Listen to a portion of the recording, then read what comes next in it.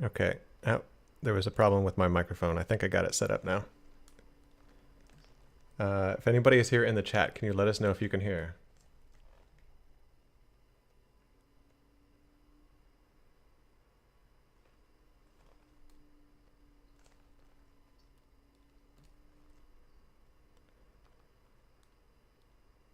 We got another person in the chat saying hi. Okay, Llama says they can hear now. Okay, cool.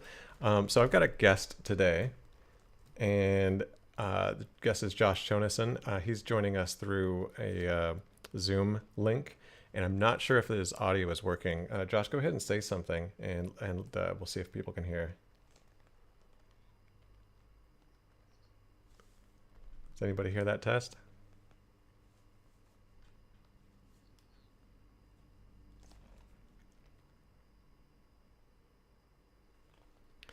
Yeah, I'm not sure if anybody's hearing that. My mixer in Streamlabs isn't showing any.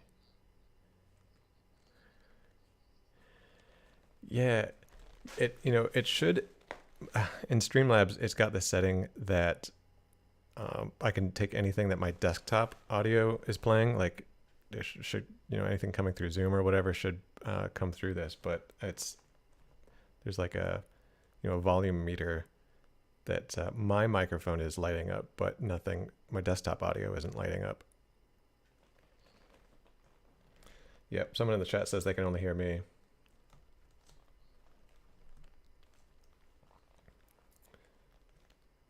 Oh, that's unfortunate. Sorry about that.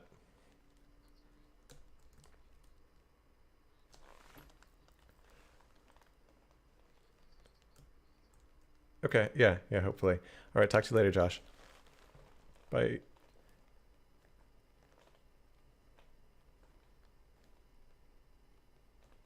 All right, sorry for that, guys. We tried to have a guest on, and couldn't get the audio connected through Streamlabs to get it into the live stream today. So, unfortunately, you guys are just gonna have to suffer with me today. So, how is everybody doing today? Anyone in this chat who has been with me on this model so far?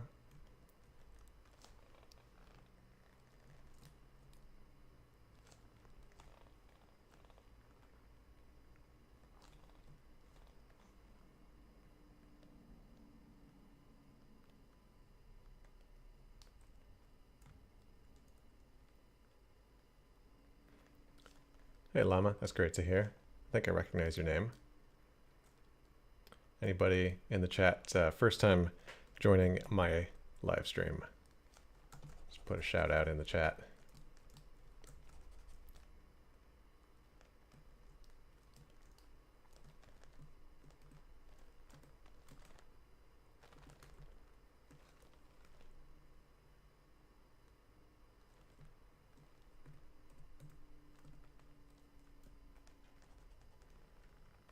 Oh, that's right, Llama. You did recommend the stubby legs. Those are working out great. Thanks a lot.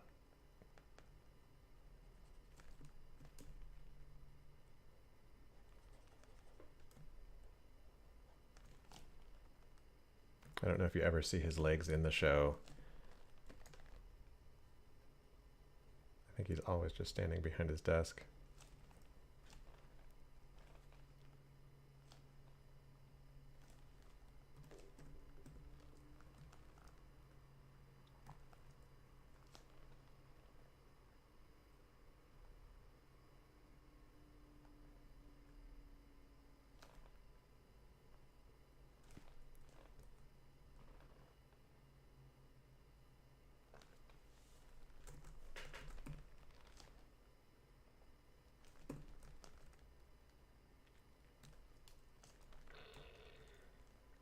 So yeah, just plugging right along with this guy.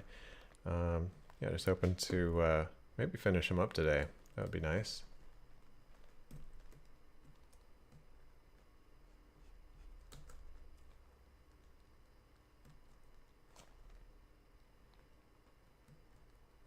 So yeah, if you got any questions about ZBrush or 3D modeling in general, go ahead and ask it in the chat.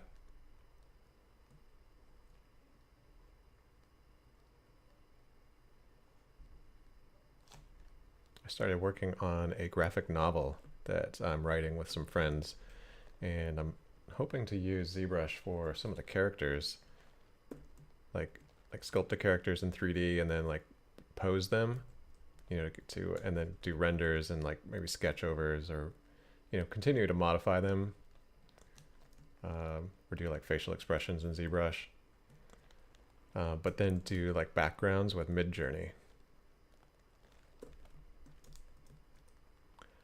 It's gonna be a pretty big project. It's gonna take a few years, I'm sure, at least, to develop it. It's a pretty big story that we're developing.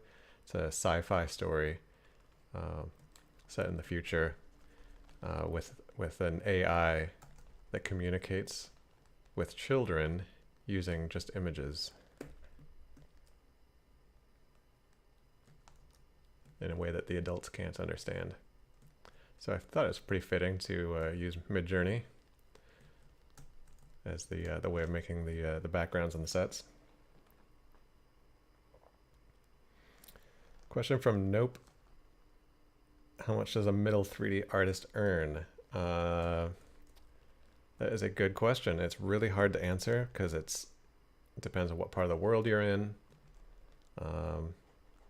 Depends on your experience level, what studio you're working at, or who your client is.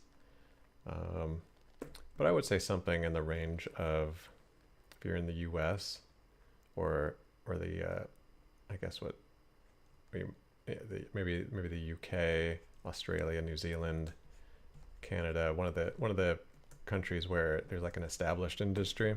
It's kind of doing top shelf projects. You could maybe earn maybe $600-700 a day if you're on a sort of like a freelance basis.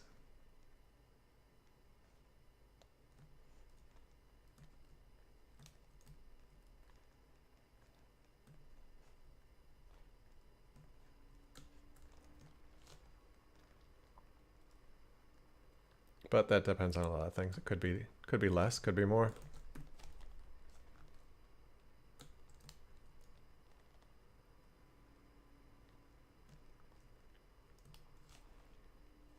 I like how Richfield is gripping the desk right there, the way the fingers wrap around the edge of the desk.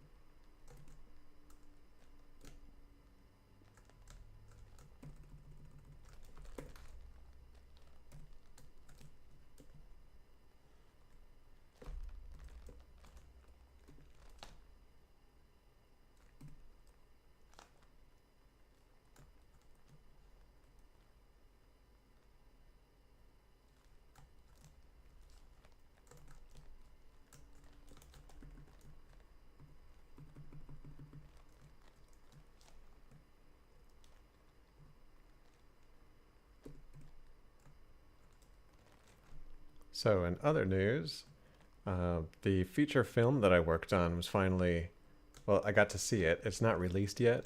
I got to see a pre-release sneak peek. The film is called Wendell and Wild, and it was directed by Henry Selick, who directed Nightmare Before Christmas, Coraline, James and the Giant Peach. So a a lot of really good talent on that. Had Key and Peele as voices. Jordan Peele was a co-writer, and so yeah, the production went on. Because of COVID, it ran like an extra year longer than it was supposed to take, but they finally finished it, and I got to see it. I was very, very excited to see it. It was kind of lower budget, you know, like Leica is also a studio here in Portland, and you know, they have a huge budget, but the film I was working on didn't have quite so huge of a budget, which is fine. It kind of means things are a little bit rougher around the edges, which I also think is great, because I think stop motion animation in general, it looks really great when it's got some of that like handmade feel to it, you know, when it's not too polished. So yeah, it definitely had a lot of that charm going on.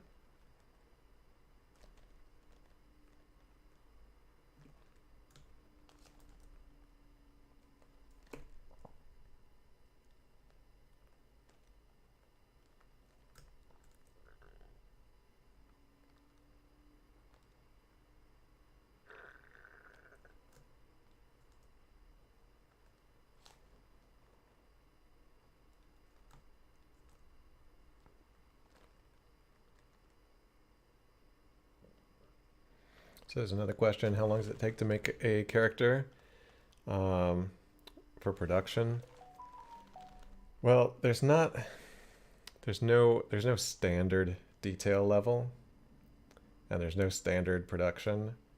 There's no standard character, so it's really hard to say. But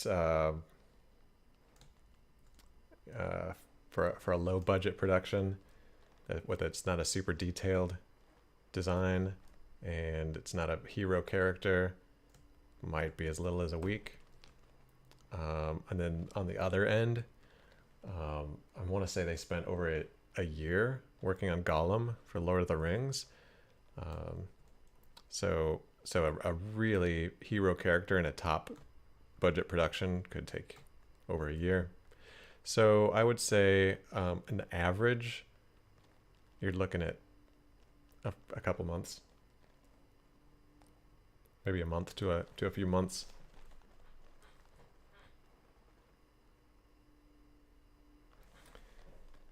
Yeah, Llama, definitely. Like, there's so many things, so many stories you can tell with almost zero budget now with the way technology is. I mean, as long as you're like okay with accepting, you know, kind of a rough around the edges look, uh, there's kind of no limit really. And I think that's a great thing. You know, I don't think every production needs to look like Pixar did it. Nothing against Pixar. I think they make beautiful work. I think they make the best CG films in the industry. But you know, there's a lot of great things that can be done with kind of looser, lower budget production styles.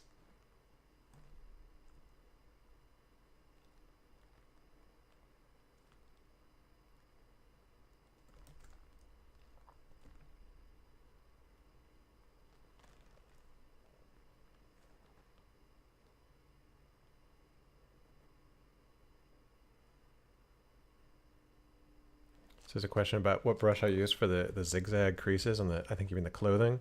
That is my crease brush. That is part of Ryan's tools. So if you get that, I'll put a link here in the chat. That's my plugin. If you get the pro version, it comes with some extra brushes, some extra alpha maps, and this custom gizmo I'm using, and all kinds of fun stuff. So definitely check that out. There's a free version as well. Doesn't come with so many bells and whistles, but a lot of good stuff there as well.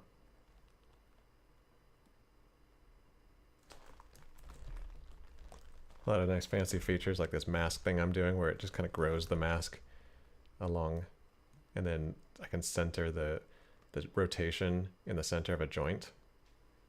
That's all part of my custom plugin, so definitely check that out.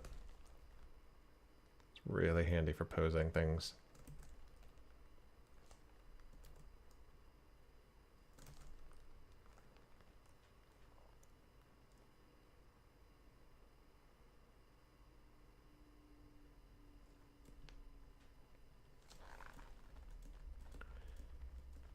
Yeah.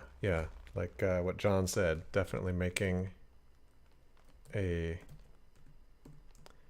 character that's really looks really good, like ready to go for a feature film or a top end video game or TV show in just a month. That's a lot of work. I mean, it takes a lot of skill to get to that level.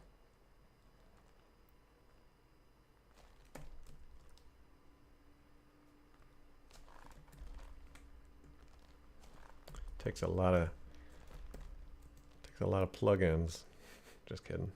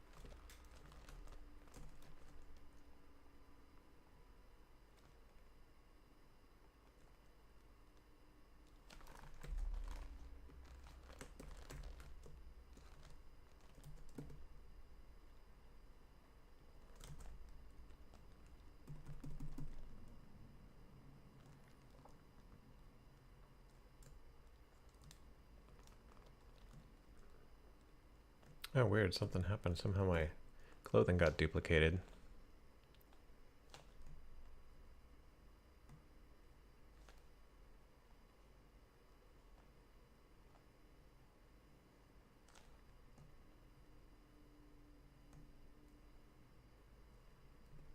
Well, I don't think I need this one anymore, so I'm just going to delete that.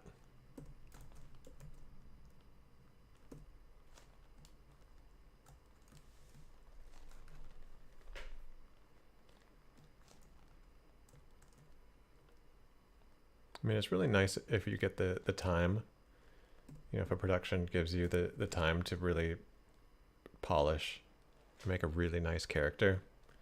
But that doesn't necessarily always happen. There are budgets, and a lot of times, you get X amount of time to work on something, and when that time is up, you got to move on, and the character might not look as nice as you would have hoped.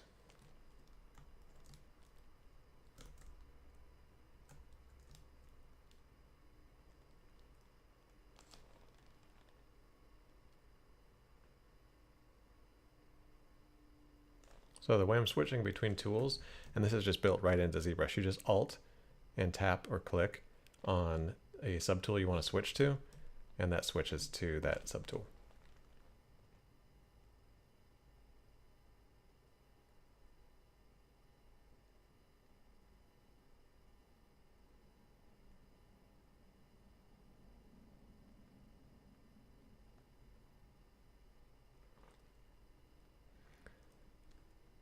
The Nightbot looks like it thinks some other artist is streaming right now, which seems to be happening a lot lately with the Pixelogic live stream.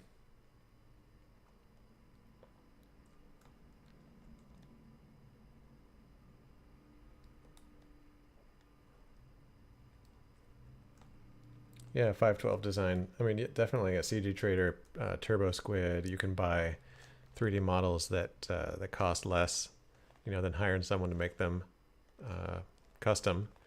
The problem you run into there is, of course, you only get exactly what is already made. You can't.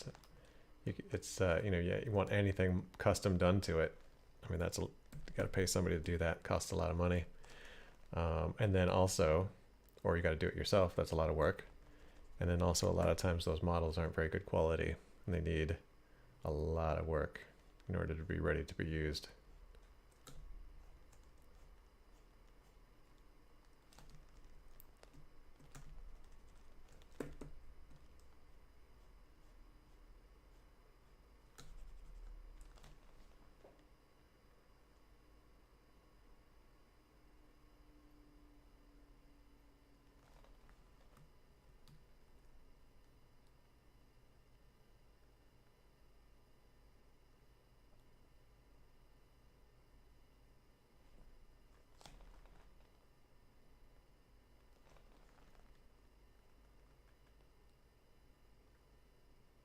I'm not quite sure I understand what you're trying to say, 512 design.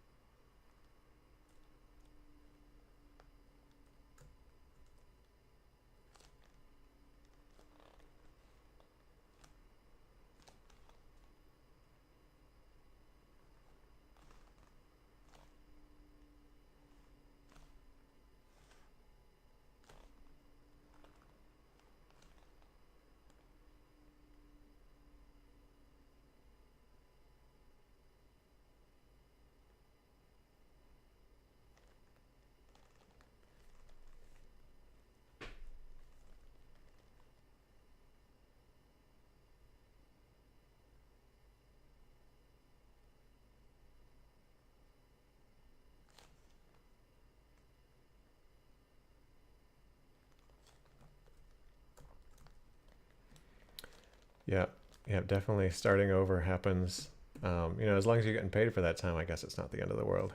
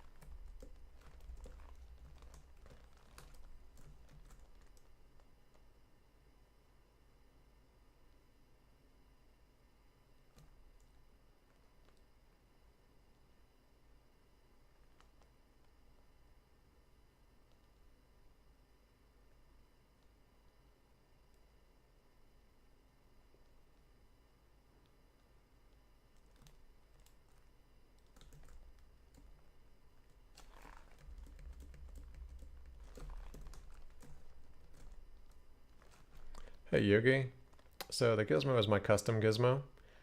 If you look in the chat, there's a link to my plugin that I sell on Gumroad. And yeah, if you want my gizmo, you can get it as part of the Ryan's Tools Pro option.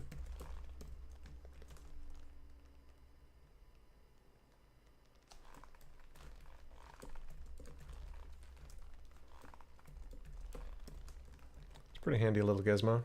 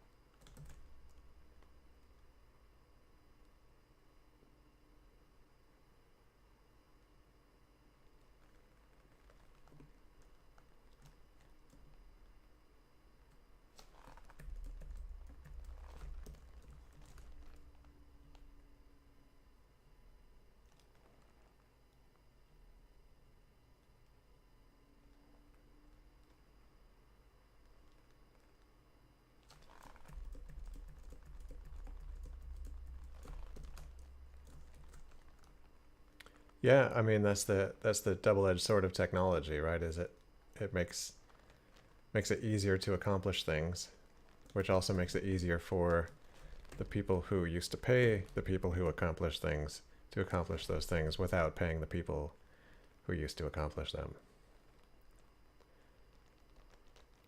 And that's never going to change. So I think you just got to adapt.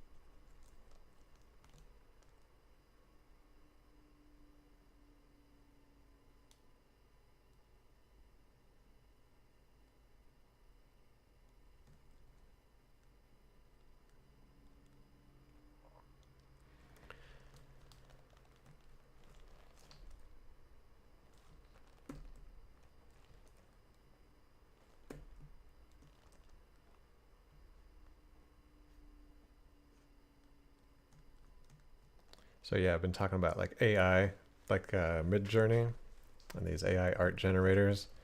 I was talking last week, I think it was, about how it's not going to be long before there's 3D models generated with that stuff. And just this week, I saw there's two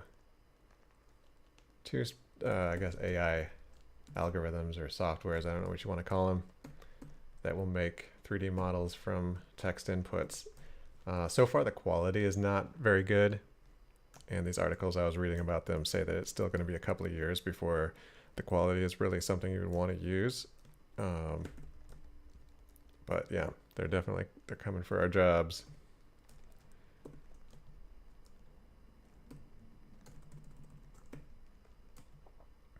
But hey, it's like, why do we make these things? It's because they go into stories and video games, games and stories that we want to play. I mean, it's also just like rewarding to sculpt anyway, but wouldn't it be interesting to live in a world where everyone could be, create their own, movie franchise with their own comic book series, and not have to have a budgets of millions of dollars to do it, but everybody could just make what they wanted to see and not have to own an entire studio to do it. And that's kind of a world I want to live in.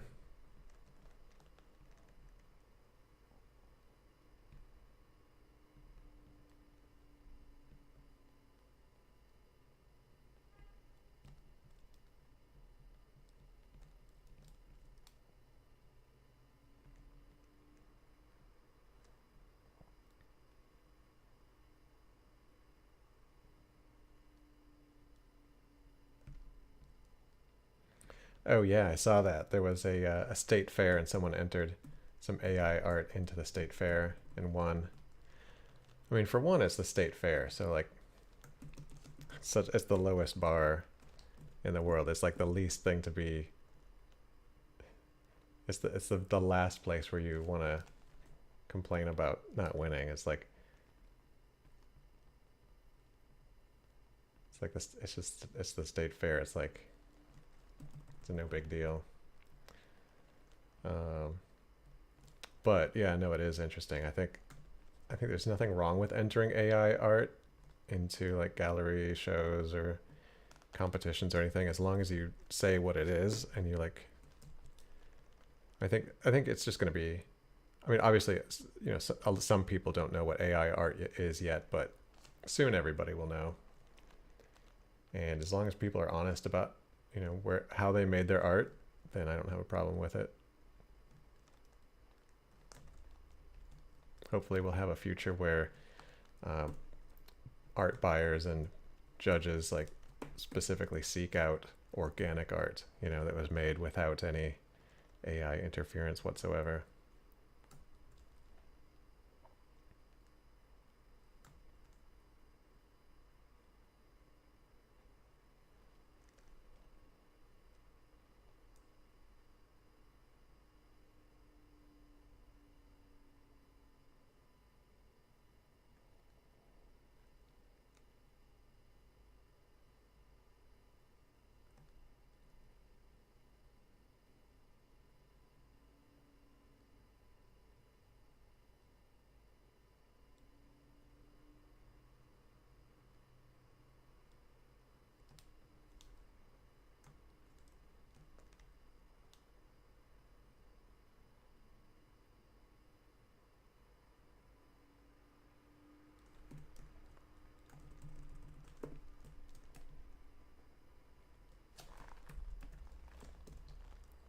I changed my mind about the direction I want to bend this. I have him slamming his fist down on the desk the other way.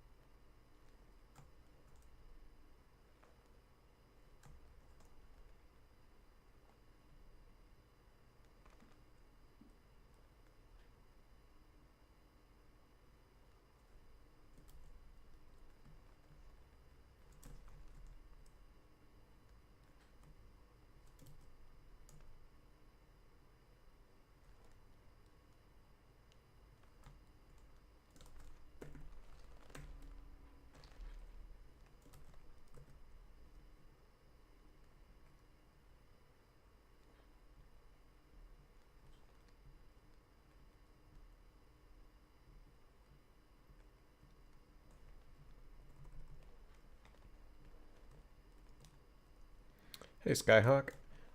You're close. It's not the dad. Not the mama either. It's the boss.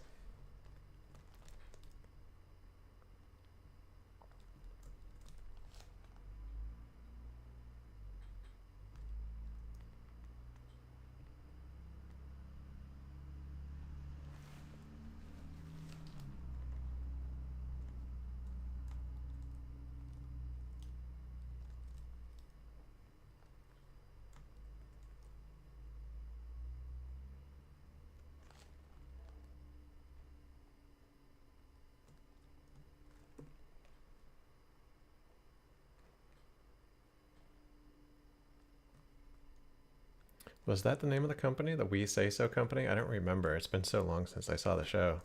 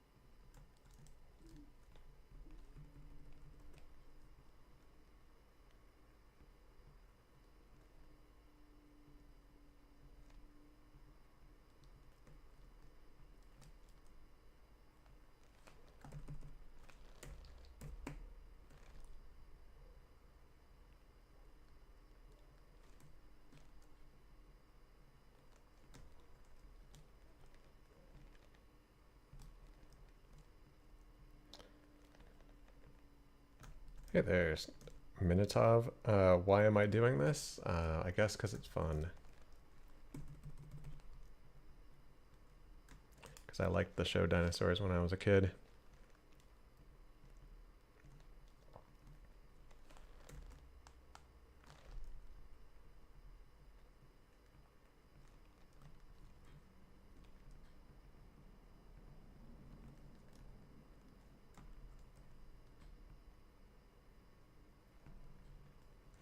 Nope, this project's not for money. It's strictly just for fun.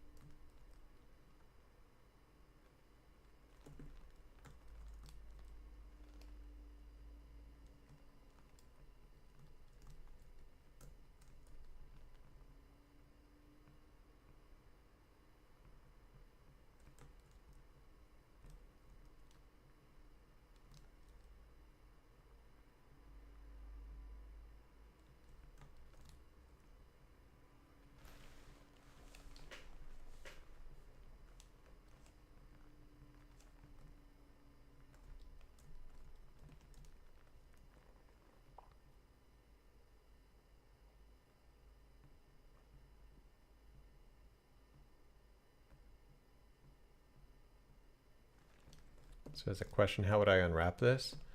I mean, it's pretty straightforward. I mean, you just unwrap it. I might delete the top and the bottom,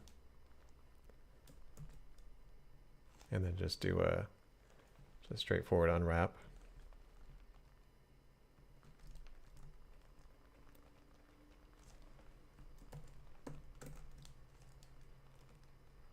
I mean, I'm not planning to put this into like a serious animation or anything, so it doesn't need to be unwrapped particularly nicely.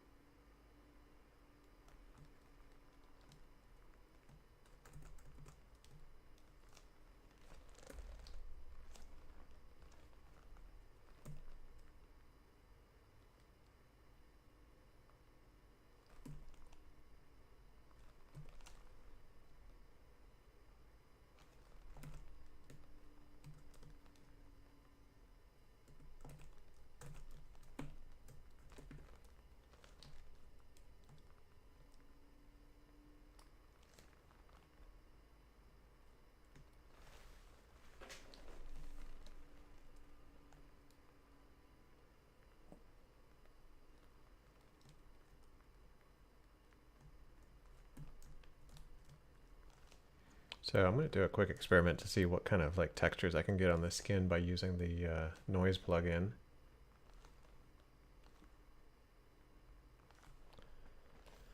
Let's see here. Maybe a Voronoi.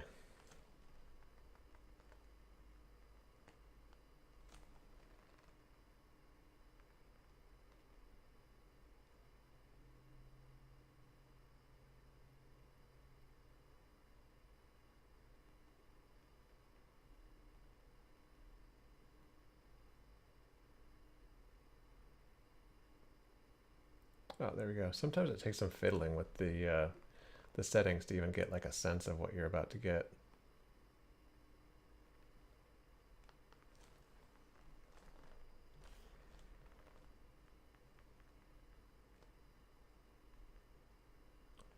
I want to say there's a version of Voronoi that's going to get me something that looks kind of like dinosaur scales.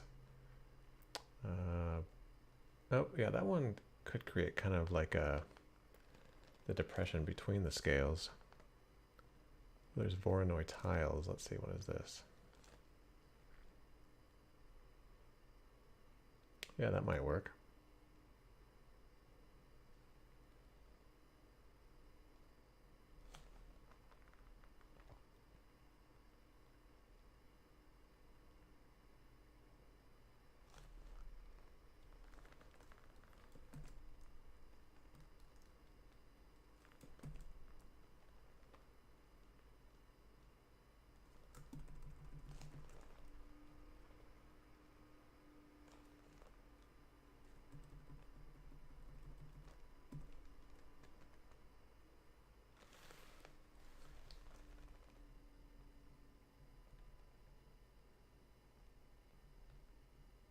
Hey, Steamworks TC.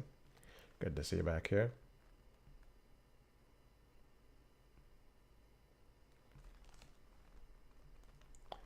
All right, so let's see how this noise works for making dinosaur like scaly skin. I mean, of course, it's like stylized. You know, it's puppets, so it doesn't have to look, you know, as realistic as if I was doing a real dinosaur. But let's see what we get here. Mask by noise.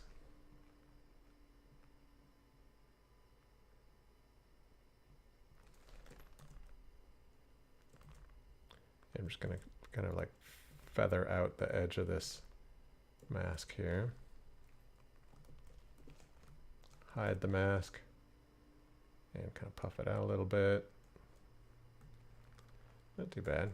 Could be useful for making the Thing from Fantastic Four.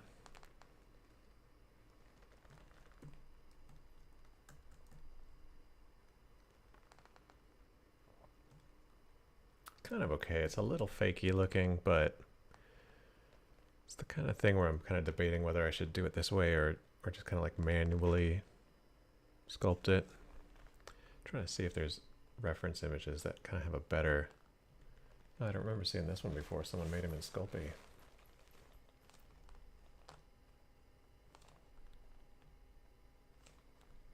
Yeah, it looks like the way they originally made him is they just took little balls of clay and then just smushed them.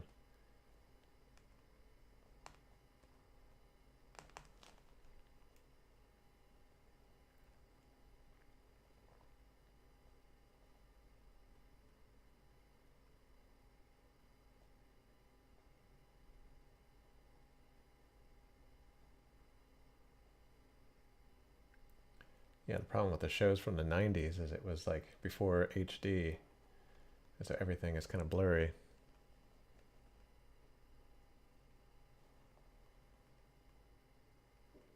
Yeah, and there's a lot of variation in scale too, all right? Like you get like big scales and then, no pun intended, variation in scale, small scales.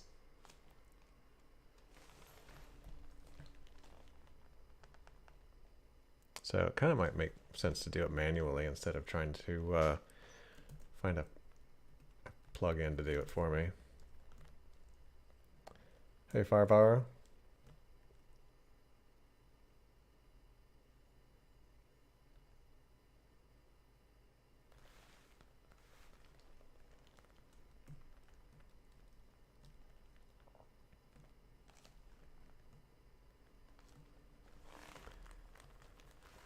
You know, what's funny to me is like the facial expressions they were able to achieve on this show were like really sophisticated. And then I was watching the Dark Crystal, the new series on Netflix, and it's like the facial expressions are like not sophisticated at all. And I kind of wish they'd put a little more effort into it because I know they can do it. I know it makes the budget a lot bigger, but I wasn't a big fan of the Dark Crystal, the new series. Honestly, I thought thought it wasn't that good. Curious to hear what anybody else has to say.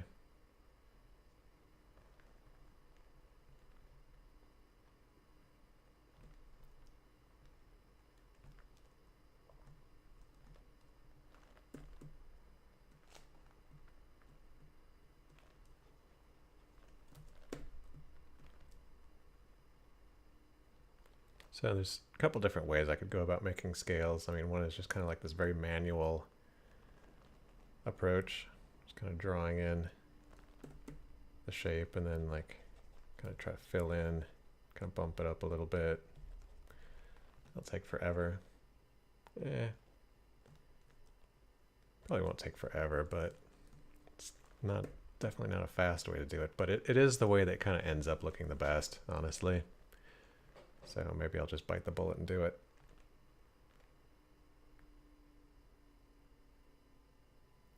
Yeah, there's definitely ways to use alpha brushes for scales.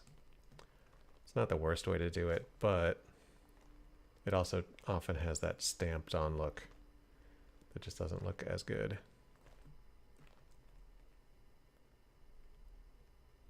Maybe I'll do it manually for like the really visible areas, you know, like right on the eyebrow.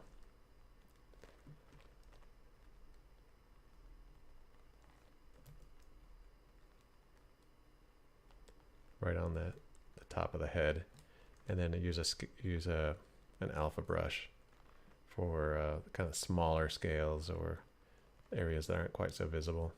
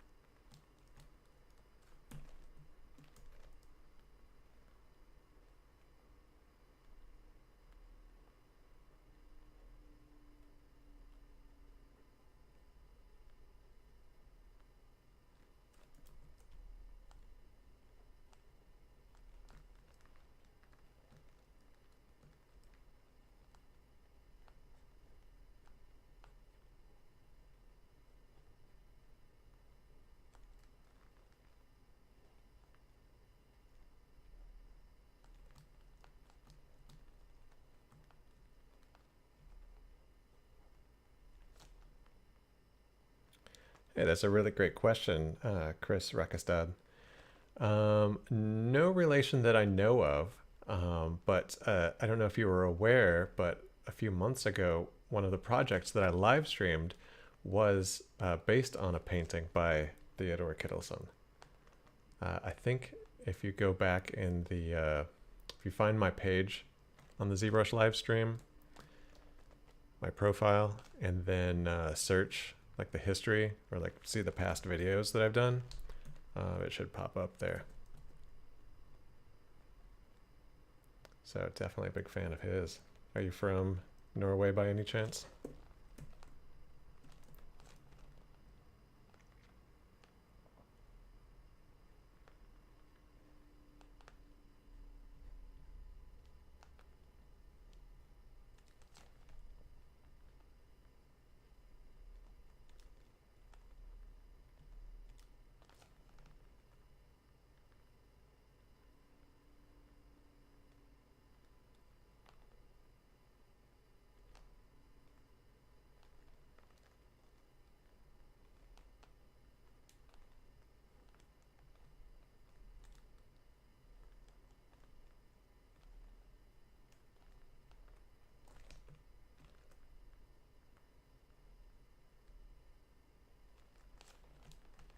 So when I'm doing scales or things that have like a varying density, this happens a lot of time with hair as well. Like if you're sculpting hair that kind of has a flow that goes in one way and then a different part of the head, it goes a different direction.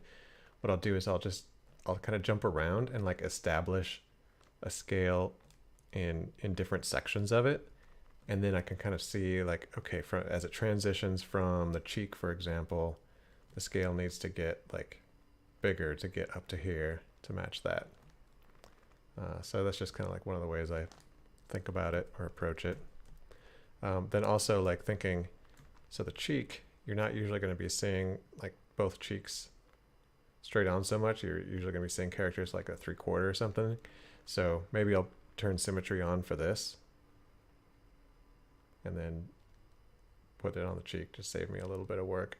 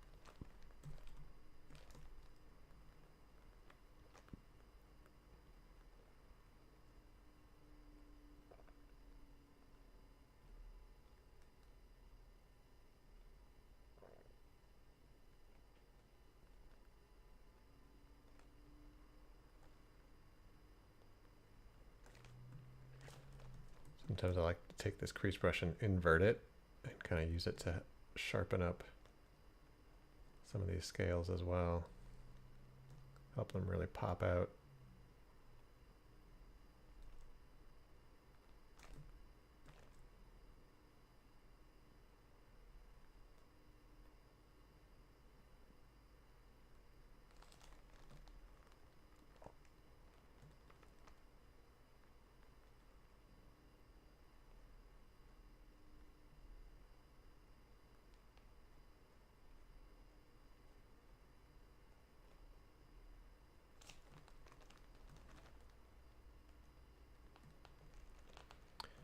Yeah, this is the kind of work you just kind of like get into a meditative flow with, and you just kind of sit there for a few hours and just bang out lots of little scales.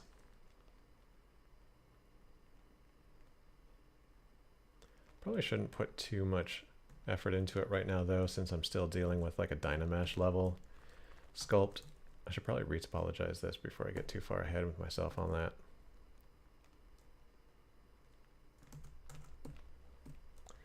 Yeah, why don't I go ahead and do that? Good idea, Ryan. Thanks, Ryan.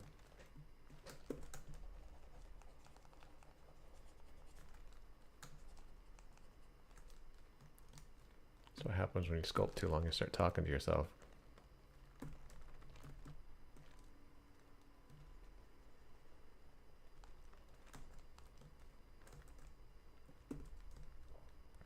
Okay, so when I retopologize this, I want to establish some polygroups to help help that flow go where it should go. Thanks, Steamworks TC.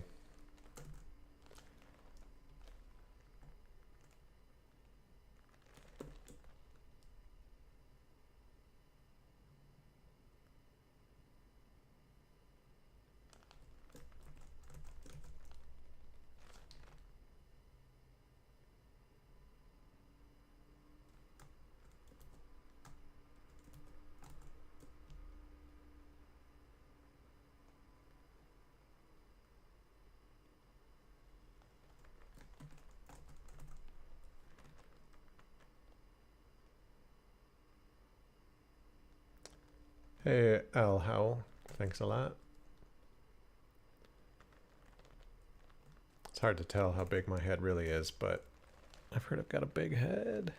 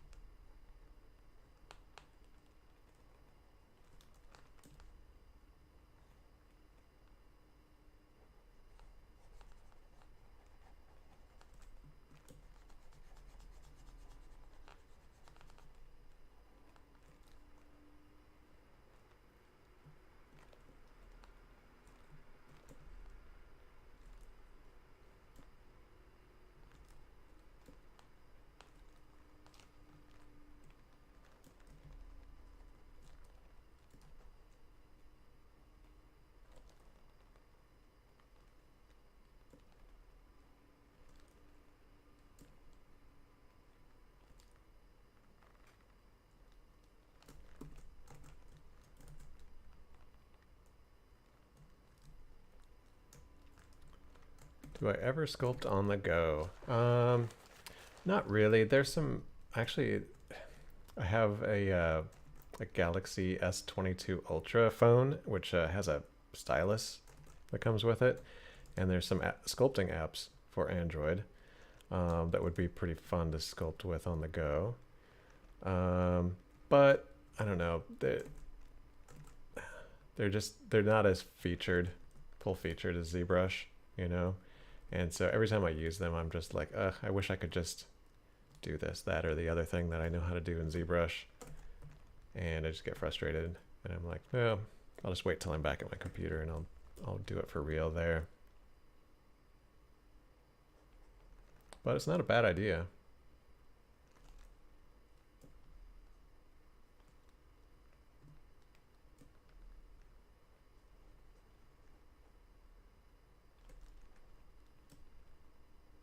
Actually, I have Autodesk Sketchbook on my phone. And that's actually a pretty nice sketching app if you're doing anything 2D on the road, on the go. That's pretty good little app.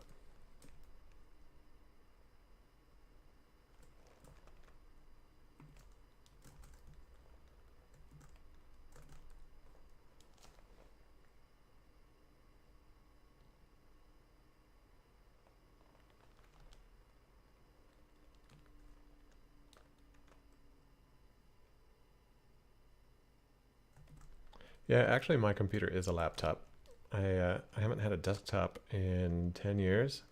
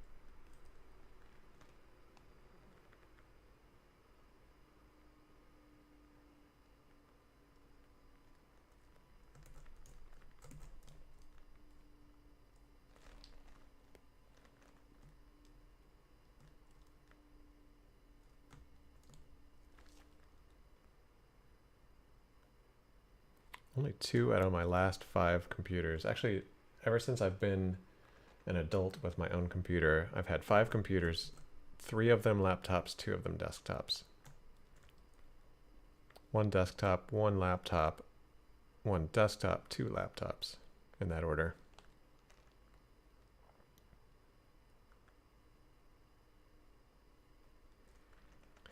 Yeah, what I might get is a one of those steering wheel desks, so you can like work with a laptop from a car, and it attaches to your steering wheel and makes a desk right there. You have to scoot your seat back pretty far, but I like to go traveling, and it's nice to be able to get some work done. You know, especially if you're like, you know, out driving in somewhere beautiful, like some natural park or some national park, and need to get some work done. Pop open the laptop there, get to work.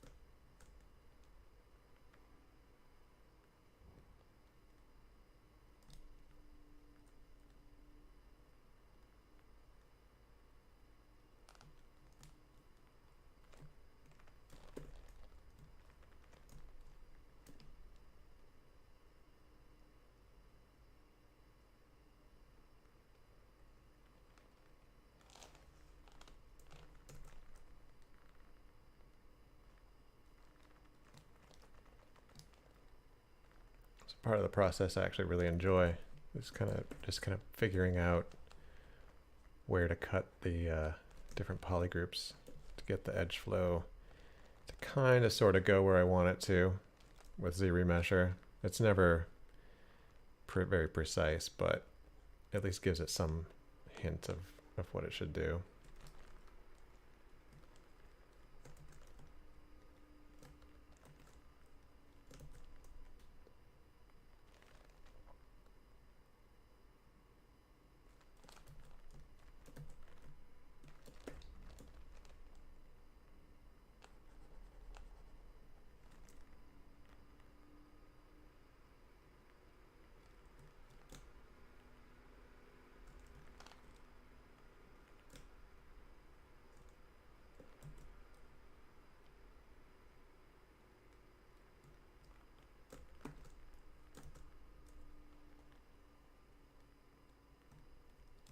Hey, Gorshak egg.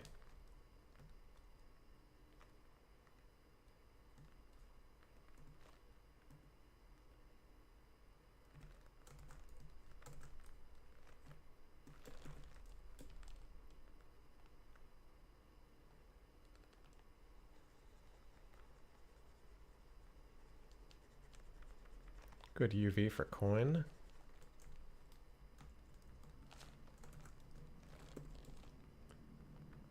Kind of depends. What is the coin going to be used for? 3D printing, animation, video games.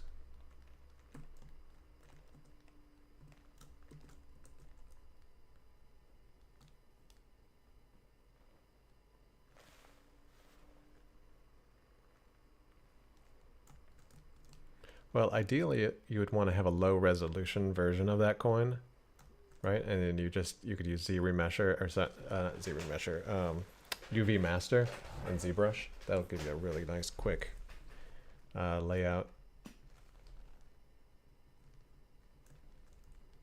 Especially if you like separate the front and the back, then you'll get a nice clean layout pretty easily. I mean, it's a disc shape, so that should lay out very nicely and easily.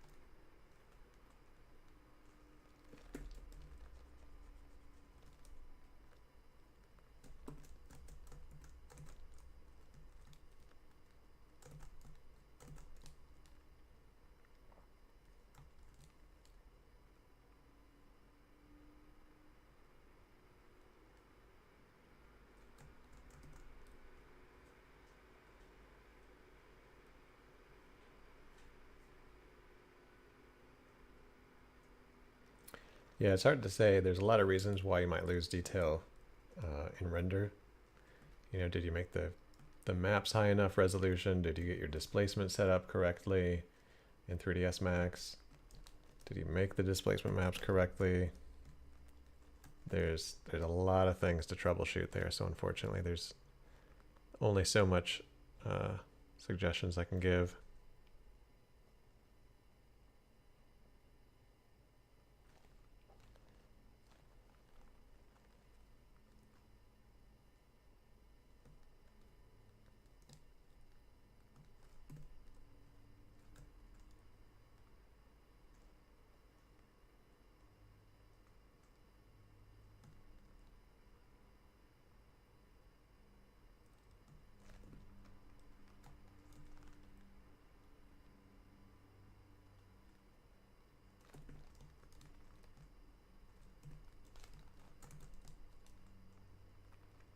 Okay, I think I'm getting close to being ready to hit retopologize on this guy.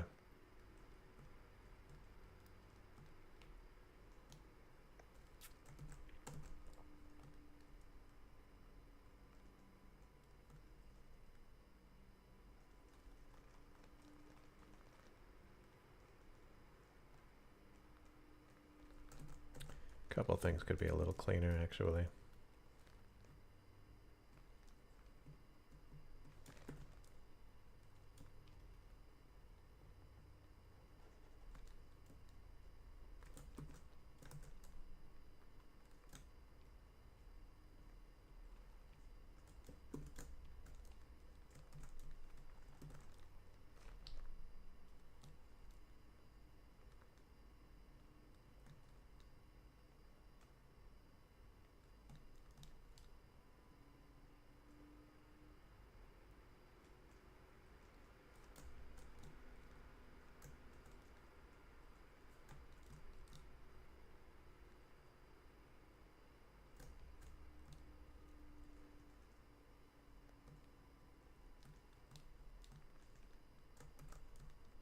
That's the frustrating thing about CG, is there's never a lack of problems to solve.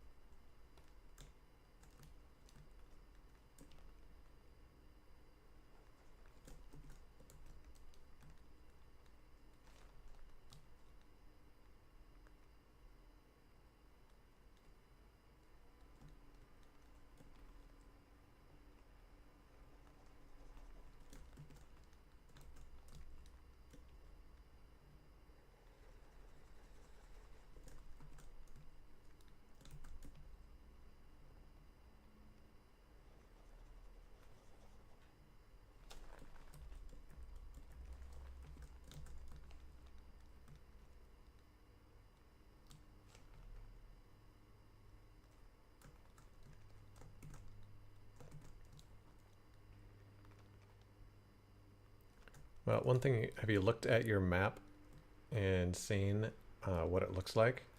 You know, for example, like just open it in like Photoshop or something. A lot of times you can tell, okay, is the problem with the map?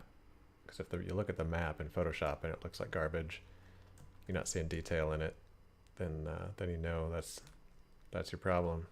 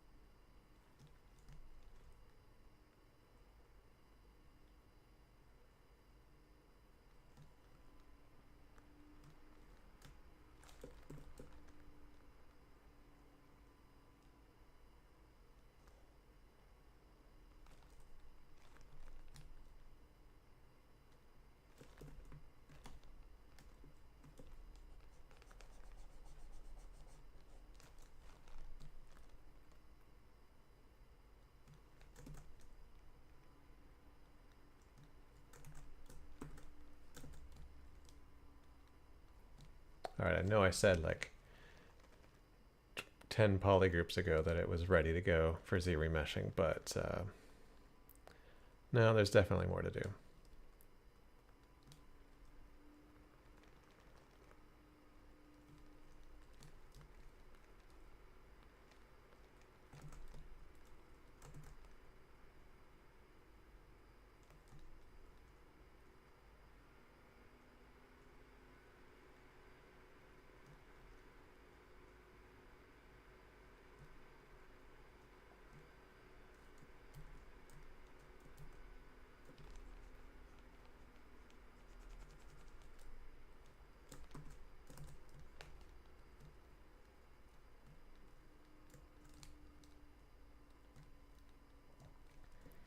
All right, I haven't saved this thing all day. Let me save it.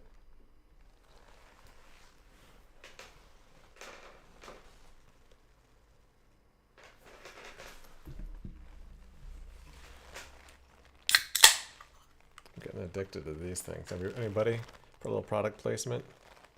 Liquid Death. Flavored seltzer water.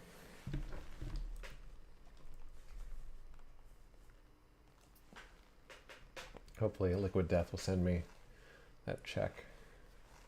A little sweet product placement check.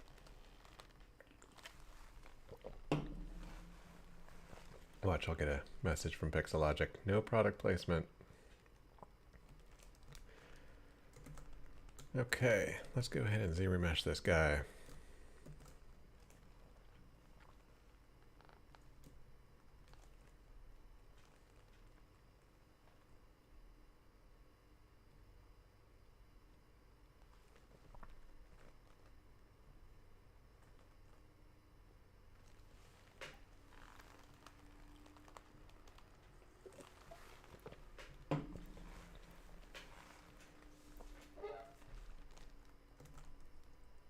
That's not too bad.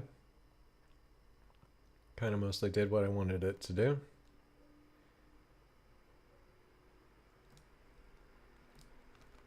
See if there's any major problems.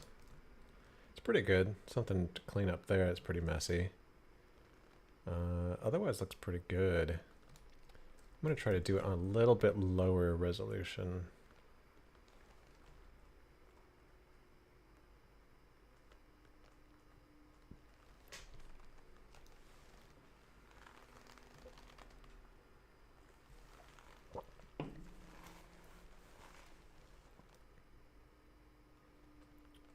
Not bad. Still some things to clean up. So that's weird. Some areas look even denser than it on the last mode. Or on the last resolution setting. But some areas actually get kind of gnarly. It's going to be difficult to clean that up. I'll set it a little higher.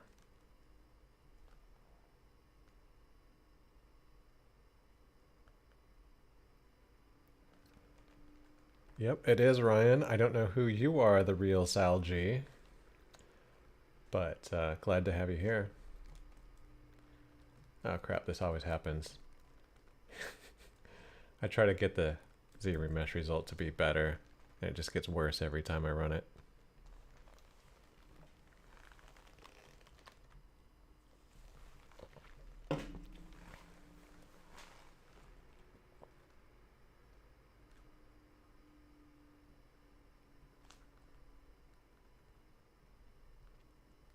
Alright, I might just have to stick with the original result, which isn't my favorite, but it's alright. It won't take too long to clean up.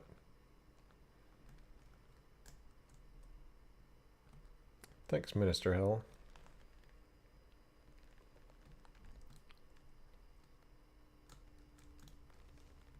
Oh, SG Designs. I'm trying to remember. Caricature for you on Shapeways. What was the caricature?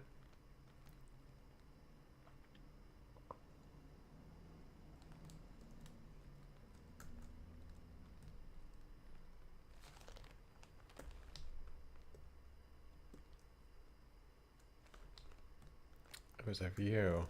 SG Designs. I'm drawing a blank on which project that was. Sorry about that.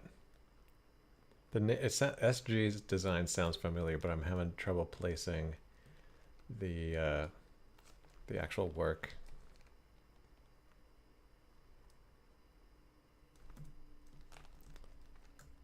Oh, did I have symmetry turned off when I Z-remeshed it? No, it looks symmetrical. Why I don't know why ZBrush is telling me that this is not symmetrical.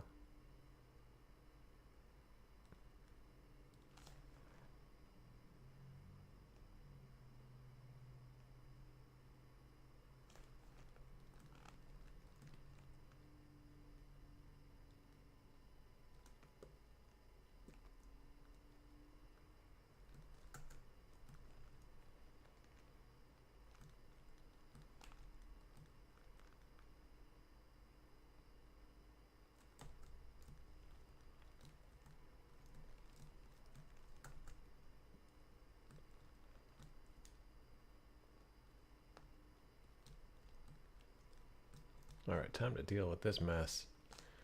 What is even going on here?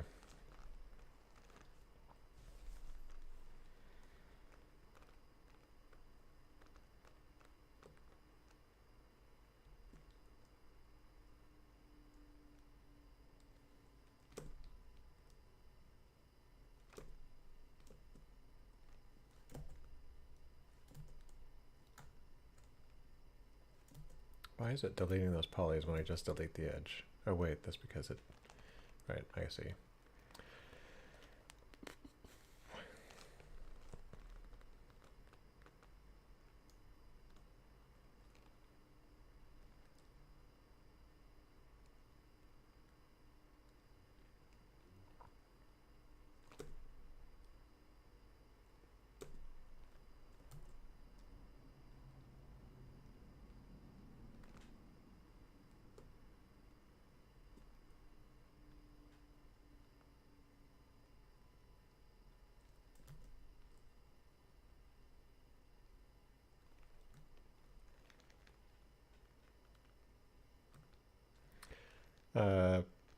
Proctologues, you'll have to go to ZBrush customer support for that. Sorry, we can't help you with that here.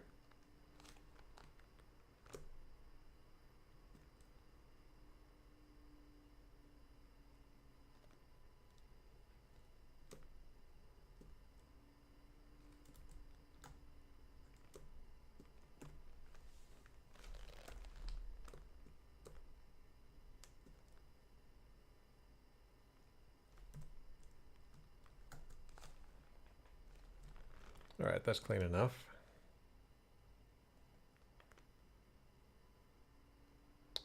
There's got to be a way to make it slightly cleaner. I've got two triangles here. Let's see if I can cancel them out.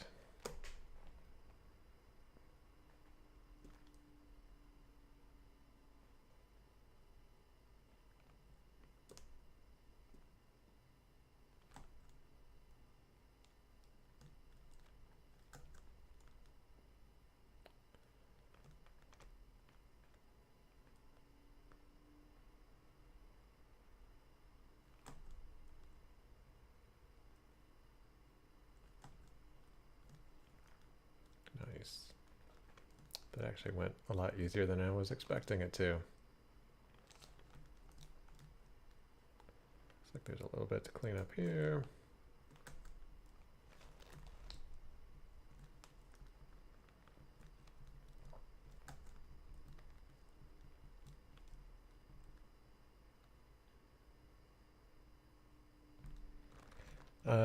There's not an automatic option for a lot of bad geometry. I mean, there is a button for merge tries under geometry, like tool, geometry. Where is it? Mesh integrity, I think. No. I can't remember what menu that's in. Oh, modify topology. Yeah. There's merge tries in there, which you know, if you get triangles and they're next to each other, it'll remove the border between them and create a four-sided polygon. Sometimes it's useful, other times it's, you know, there's no choice over which edge it gets rid of. So if your mesh is entirely triangles, you know, it's not going to pick the correct edge that you want most of the time. So it's probably going to be manual most of the time.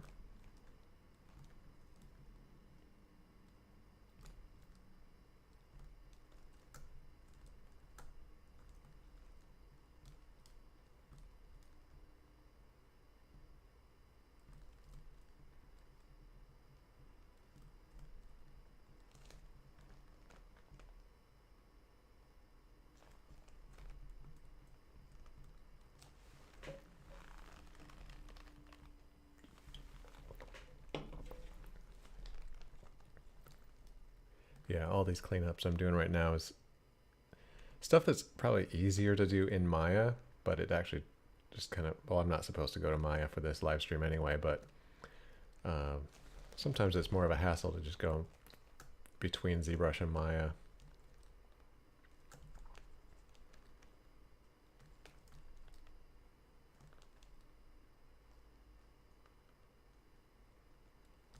Oh, something weird happened up here.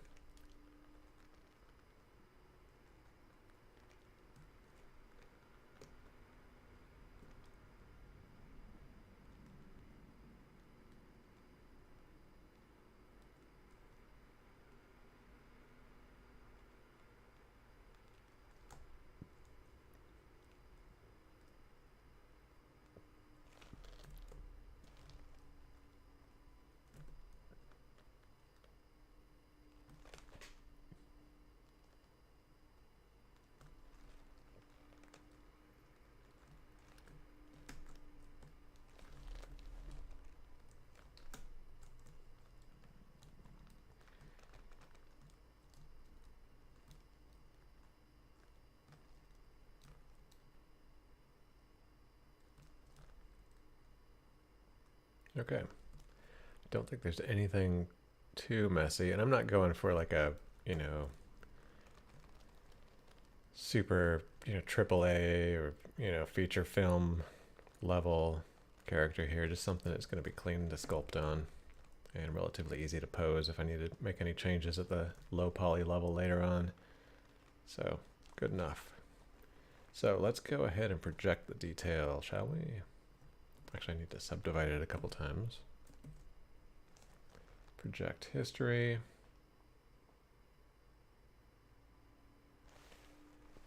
Boom. Oh, there's something weird here. Yeah, not too bad.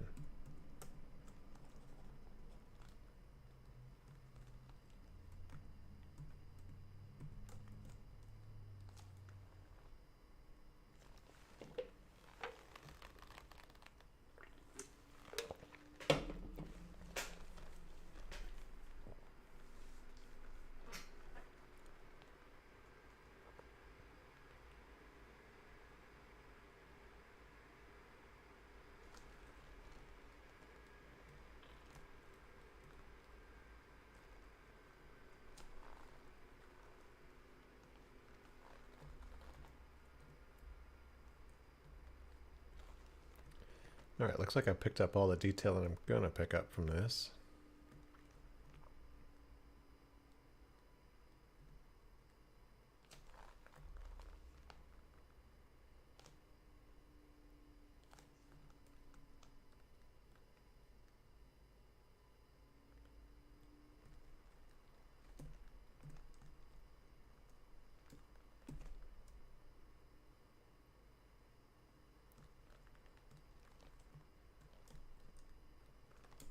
Yeah, I'll go ahead and save.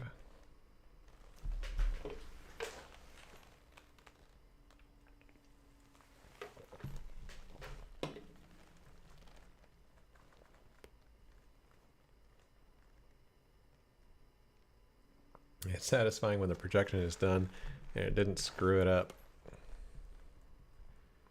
Or you don't have to go back and fix some more things and then reproject again.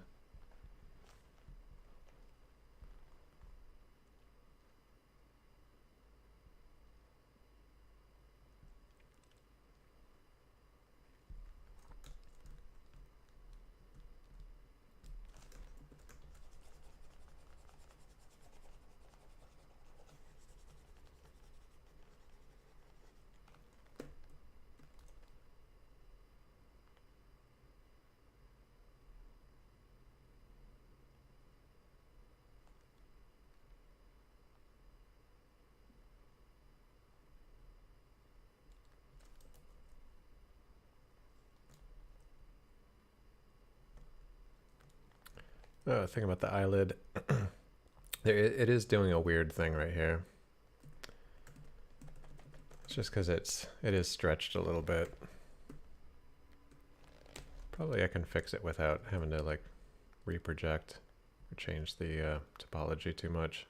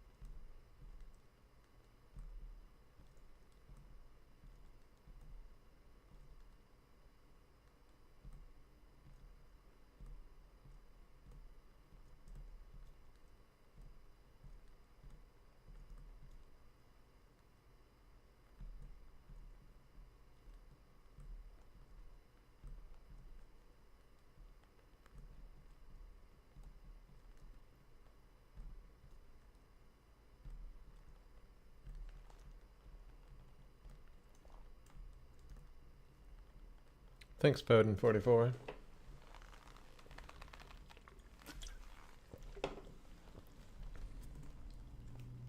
Yeah, I think I want to go all out with the detailing on this guy.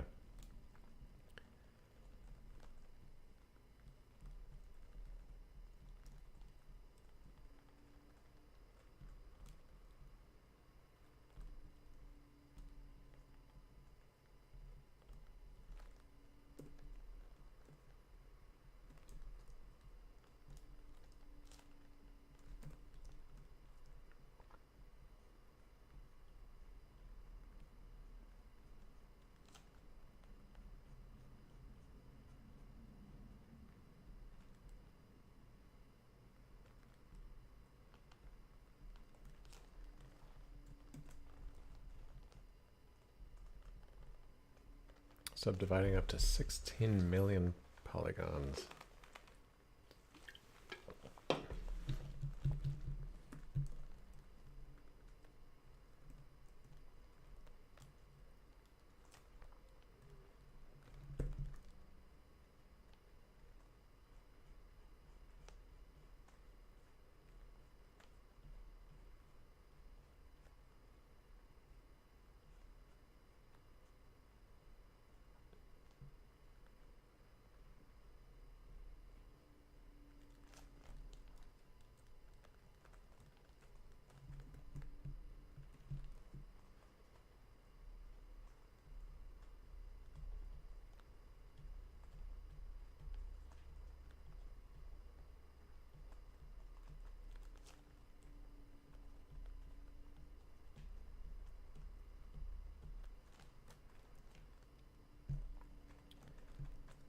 Thanks, Minister Hell.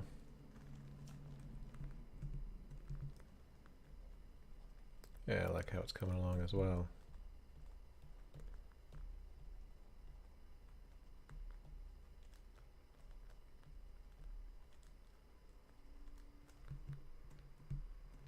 One of the nice things about doing this live stream is it's actually given me an excuse to like just really sit down and work on personal projects.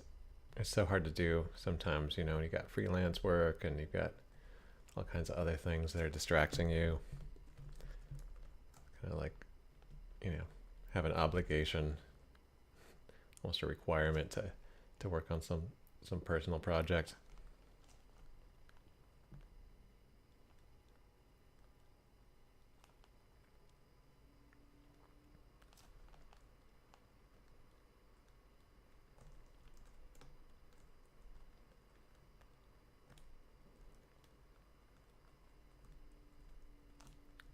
Yeah, it sucks that it's like so hard to like do things for myself sometimes, you know? It's like, would I sit down and sculpt this thing if I wasn't doing it on live stream? Maybe not.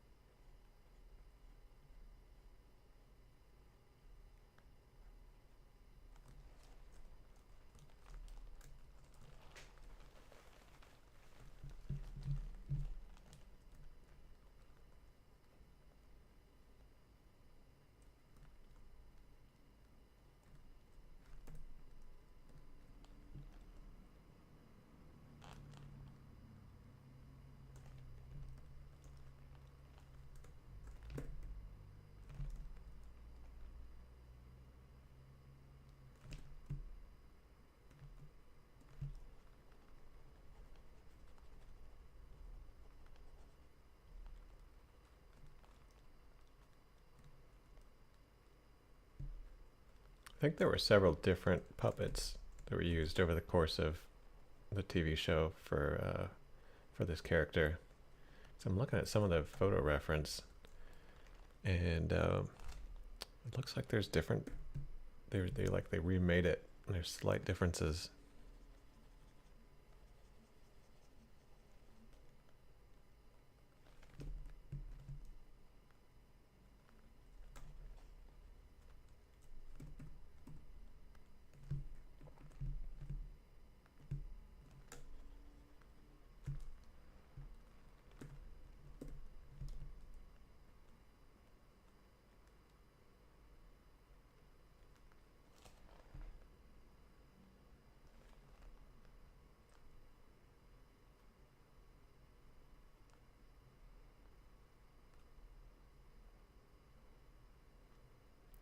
This is another brush that you can get if you buy Ryan's Tools Pro.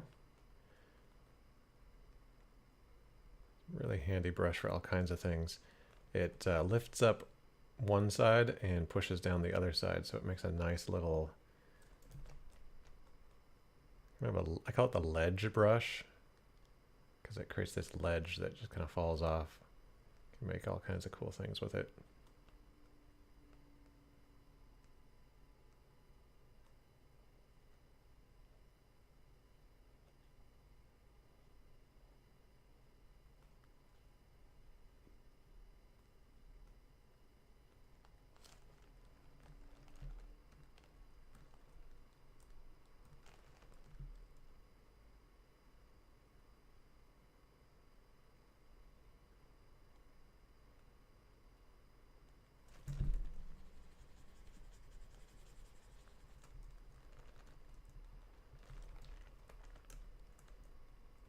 All right, looks like we're getting pretty close to the end for today.